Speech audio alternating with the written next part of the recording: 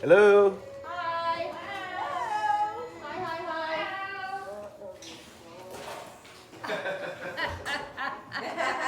Hi, Mama. He's sitting, John.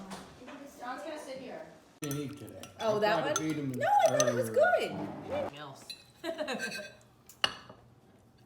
Ooh, look at that. He's gonna take the smallest piece and then he's gonna. Oh, that's right. Apple cider vinegar. Oh yeah.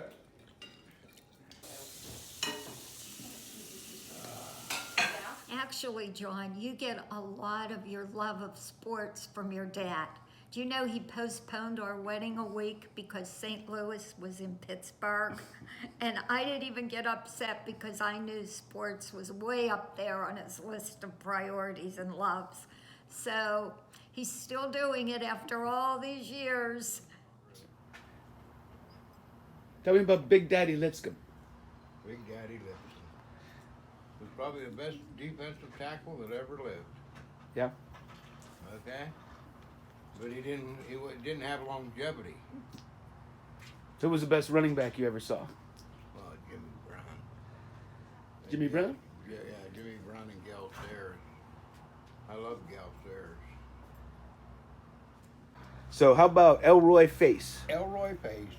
He gave up the tying run in every game he ever pitched in, and then he won it. He won 26 games that year.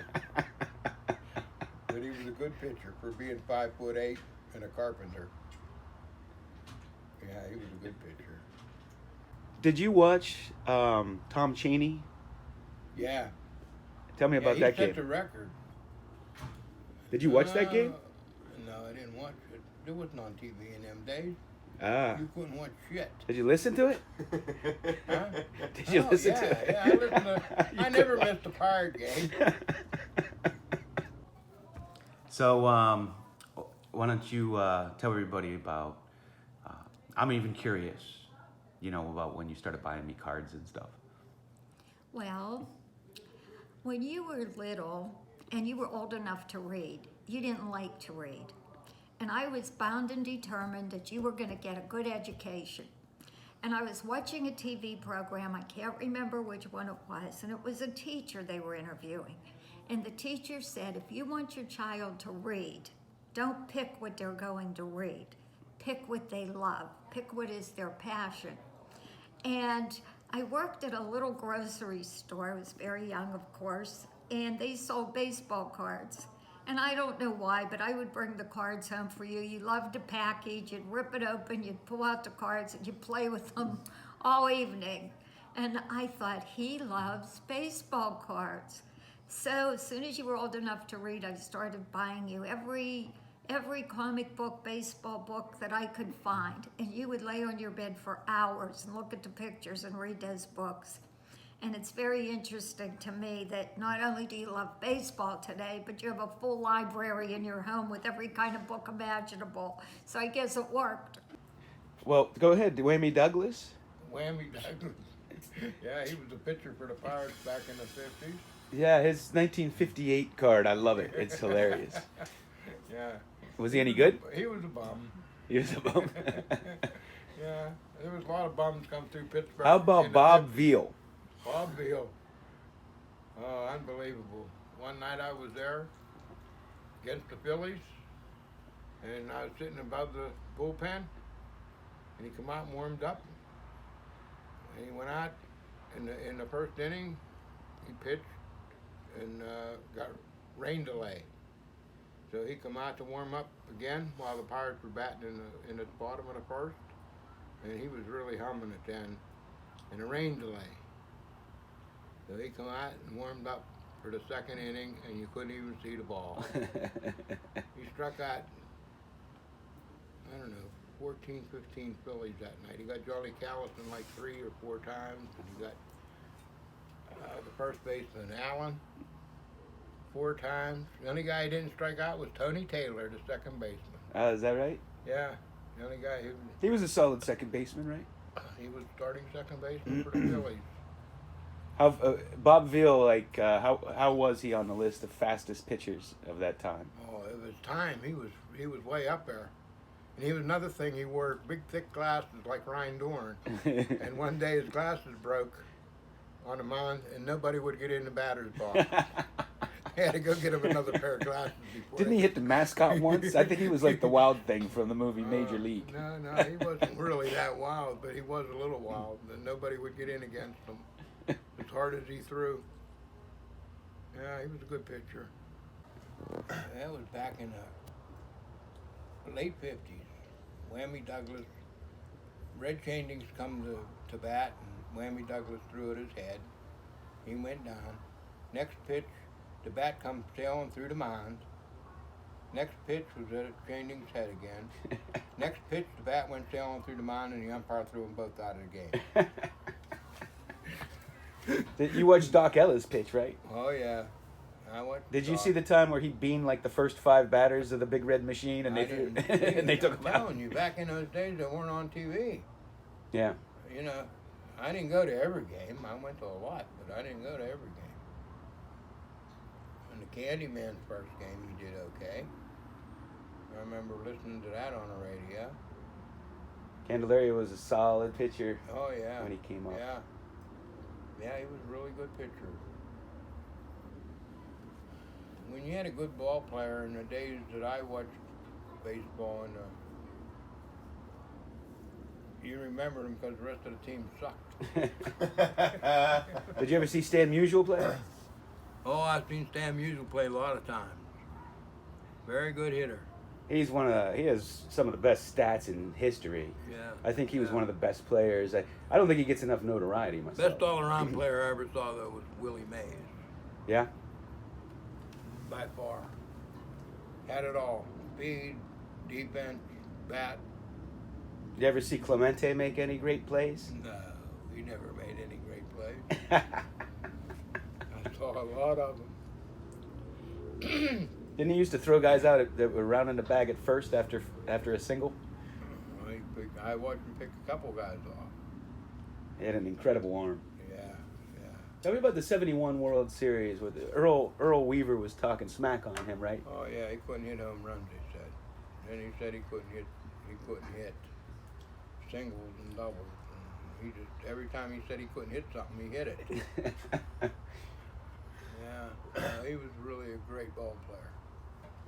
One of the best, but I don't think the greatest.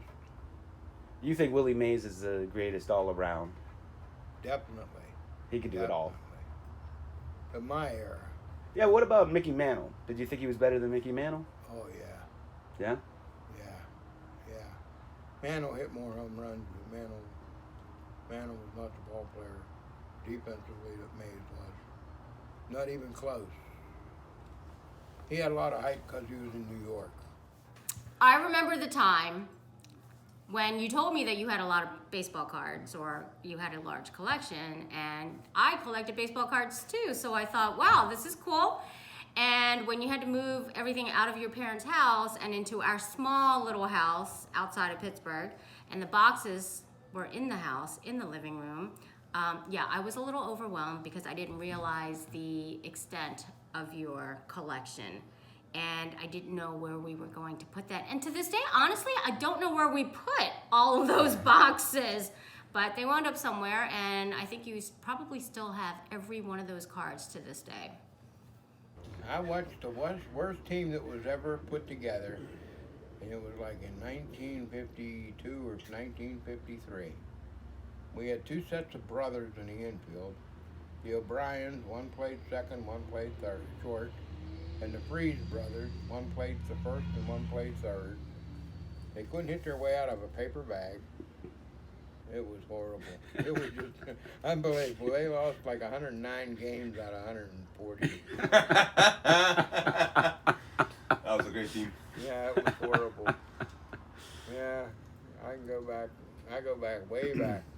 So all those old years, who was the best quarterback you watched? Bobby Lane when he was drunk. That's what I heard. Yeah, he ran into a streetcar one morning on the way to the game. Couldn't even see the damn streetcar. Ed Braun played one game and he was horrible at quarterback. And he said after the game, that he would never go out to another game without drinking a pint. Okay, that's the kind of quarterback we had. Dick Shiner. Oh God, I could list it on and on and on about bad players. 'Cause I saw my share of them. Well, you went to high school with Dick Hoke. Yes, I did. Was he a good running back with the Steelers? Well, he was a quarterback. With the Steelers. No, he was a quarterback with high school. Yeah, and he but- was a quarterback at Penn State. Oh, I didn't know that. Yeah, he was a quarterback at Penn State. And we both went to school with the quarterback from Penn State because I went with Matt Kisner. But in the pros, as a running back, how was he? In the pros, he was average. And then he was our running backs coach when Franco was there and Frenchie. He was our running back coach from the time he was like 25 till he was 69. Yeah. Okay, he was our running back coach for over. We had a 40 lot of great for over running 40 backs years, too. Yeah. I mean, they would whoever they plugged in Yeah. there produced. Every coach we ever had kept them. Yeah. Huge collection, and we even dedicated an entire room in our house to your collection. And when I first said, please dedicate a room in our house to your collection, I guess I didn't realize with your obsessive compulsiveness what that would really mean for me. I didn't realize we would be giving up an entire room, but if you're watching this and you've seen his room, you know what his room looks like. And if you saw it in person, it's even a bit more overwhelming than what you can imagine. Lots of cards, it's a great collection. But you spent a lot of time working in that room. And I have to say, it is quite impressive. But I do still think about us not having that extra space for something else. I don't know exactly what I would use it for, but But it was your idea. But you're right. So I cannot. I can't. Now, I can't make now any be excuses honest for with it. me right here and now. You suggested that so that I would stay home more, right?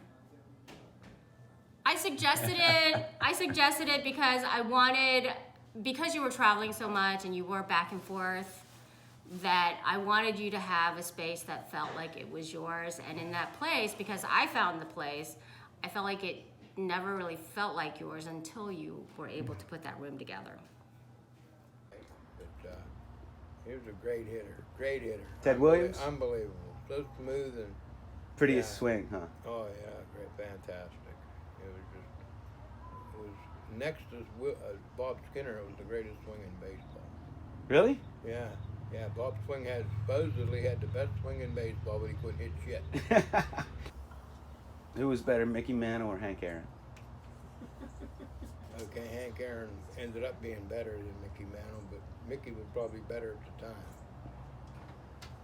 Tell me about Harry the Hat Walker. Harry the Hat Walker was the manager for the Pirates for a while after Murtaugh, and he ruined Mazeroski. He tried to make him a singles hitter out of a guy that had decent power.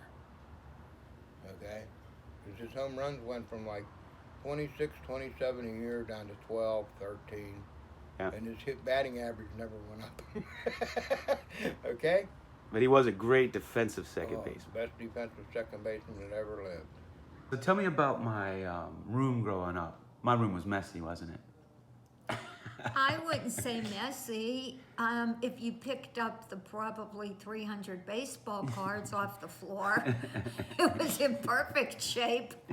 But it did my heart good because it made you social. You were an only child. You are an only child.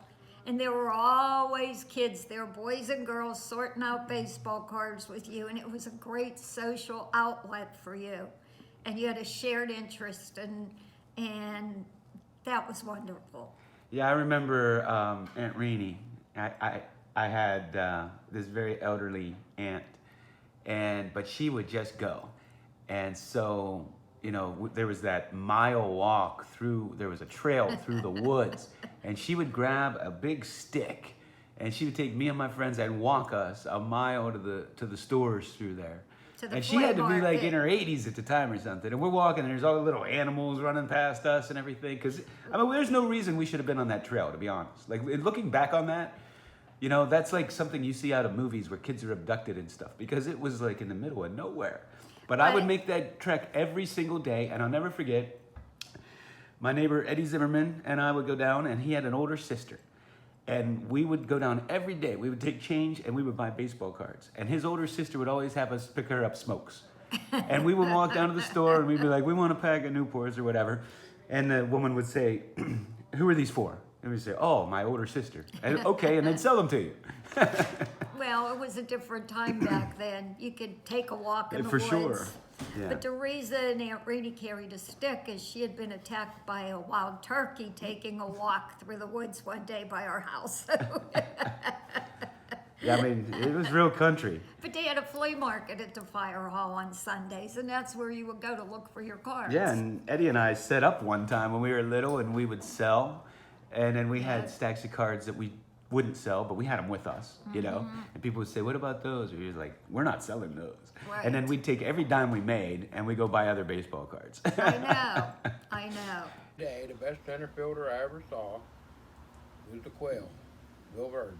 Bill Verdon. Yeah, you always Yeah, told me. defensive center fielder. I never, you know, Forest Field, they had that batting cage about 450 yards, 50 feet from home plate. I've seen him make a lot of catches over that cage. Yeah, he was something else. How about Smokey Burgess? Smokey. He's a clutch hitter, right? Smokey could hit while he was in bed. Yeah. Something you want out of a He catcher. won the World Series for us in 1961. 60. They took him in 60, yeah. They took him out and put in Hal Smith, and Hal Smith hit the game tying home run.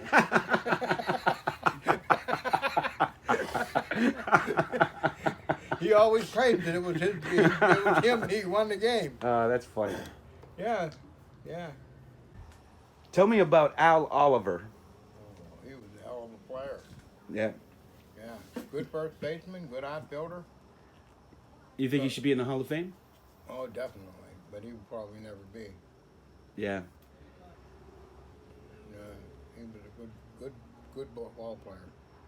Started out, not too many first basemen could move to center field and do a good job.